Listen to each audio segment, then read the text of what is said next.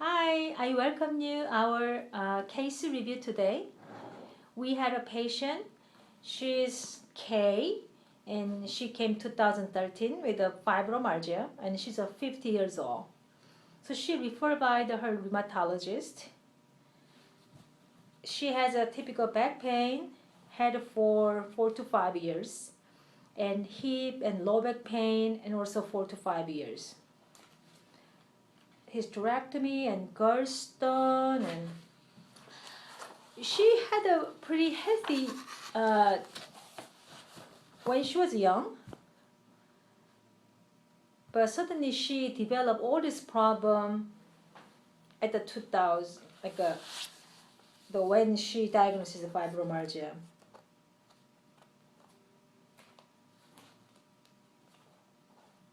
We have something called a specific form FIQR. We use that when we involve with a study with a rheumatologist.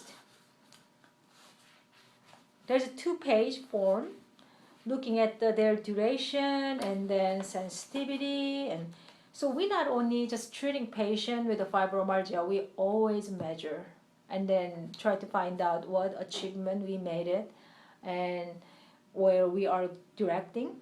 So that's very important when you see the patients with the fibromyalgia and constant monitoring, because otherwise their conditions so many different problems and you ended up somewhere nowhere.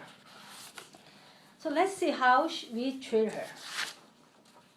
As you know, Oriental medicine is slightly, and actually sometimes very different in the Western medicine.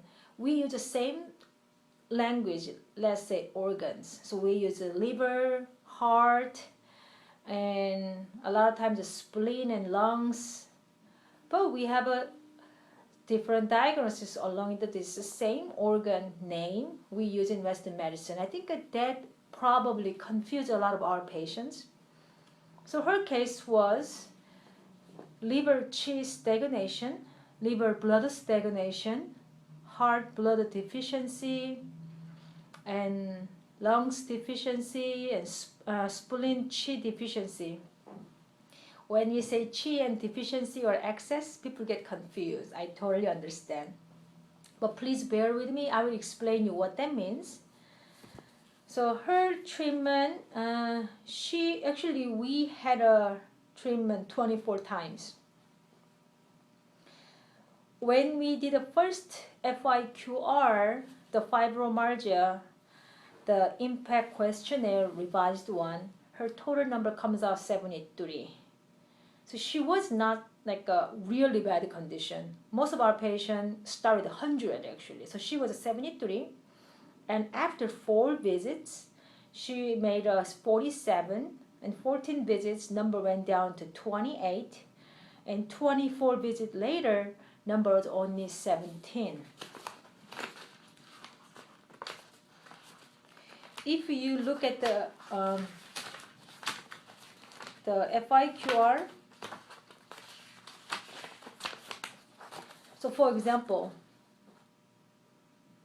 fibromyalgia prevent me from accomplishing goals for the week. It can go up to 10 and then or 0.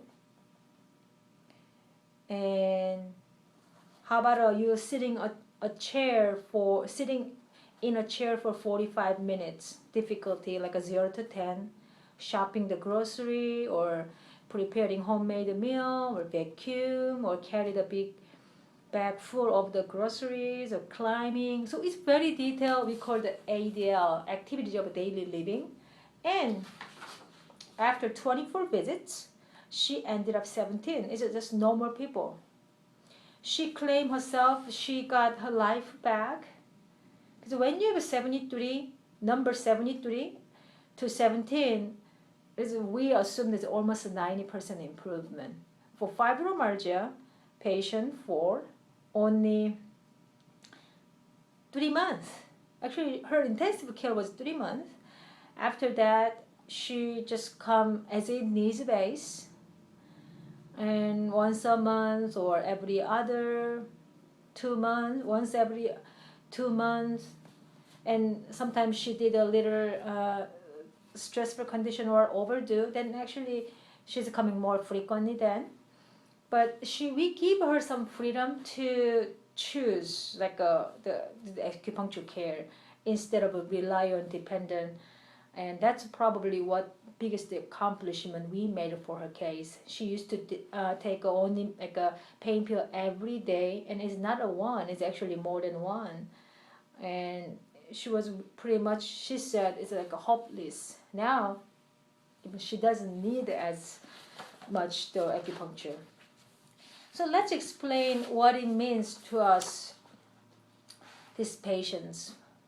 Fibromyalgia, let me explain what the fibromyalgia is. Fibromyalgia patient has 11 to 18 point of the body, like a different spot, mostly on the muscle, not a joint. A lot of them distributed in the upper body, and then lower back, and then the thigh, and then back of the leg, and the front of the leg, and all spread out point with a severe pain. And other stuff, stomach or GI tract issues. So they have most of the times they have IBS or some sort of other problems, IBD. So IBS means irritable bowel syndrome, or IBD means inflamed like a bowel disease, as like ulcerative colitis or Crohn's. Her case wasn't that bad, so she was just IBS condition, but she has also sleeping problems. It was seriously impacting her ability to get better. Migraine, insomnia, and then pain, and then gut-related like problems. So it got all improved by pure acupuncture visit. Right now, we are implementing more nutrition approach for patients. And we have a specific detox juice, one of my favorite. It's just so yummy and easy to make. But also we are heavily, not heavily, but we also adding up some herb, because recently we finished our full